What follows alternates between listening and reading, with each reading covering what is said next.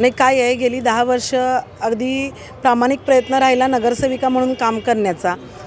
त्याच पद्धतीनं शहराध्यक्ष म्हणूनही काम केलं आणि आता जिल्हाध्यक्ष म्हणून काम करते. शहरातल्या प्रमुख विषयांवरती काम केलेलं आहे. त्याचा प्रशासकाशी पाठपुरावा असेल, अगदी आंदोलनाच्या माध्यमातून असेल, विविध कामं आपण ह्या 10 वर्षामध्ये केली आणि आपल्या मतदारसंघामध्ये अतिशय सुज्ञ आणि सुशिक्षित महिला आहेत. त्यांना जाण आहे आपल्या कामाची, आपल्या म्हणजे विकास कामांची. म्हणजे आपण ज्या प्रभागात राहतो त्याची समस्या काय आहेत आणि त्या सोडवल्या गेल्यात का हे त्या जाणतात. आणि गेल्या 10 वर्षामध्ये या सर्वांशी माझं एक वेगळं नातं झालेलं आहे, मैत्रत्वाचं नातं झालेलं आहे.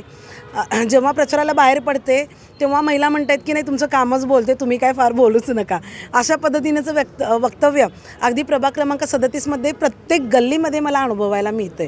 त्यामुळे नक्कीच महिला कार्याच्या आणि विकासाच्याच बाजूला राहतील ह्याची मला खात्री आहे. नाही, जसं मी नेहमीच म्हणत आले की शिवसेना म्हणून असेल, सर्वप्रथम आपण समाजाचा एक घटक किंवा एक नागरिक आहे आणि असं हा विचार करून शहरासाठीची तळमळ एक सुज्ञ नागरिक म्हणून आपल्याला असली पाहिजे.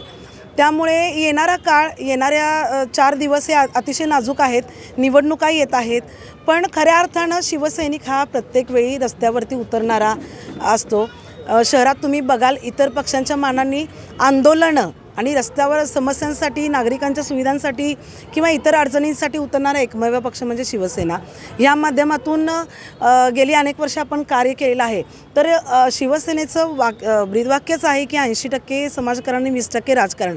या पद्धतीनं येणाऱ्या काळामध्ये अनेक आश्वासनं दिली जातील किंवा प्रलोभनं दाखवली जातील, पण त्याला बळी न पडता कार्य, व्यक्ती आणि अनुभव बघूनच मतदान करावं हीच विनंती. हे आहे गोकुळचं श्रीखंड, अगदी जिभेवर रेंगाळणारं. जिभेवरच नाही तर मनावरही रेंगाळणारं. गोकुळ श्रीखंड, मनावर रेंगाळणारं.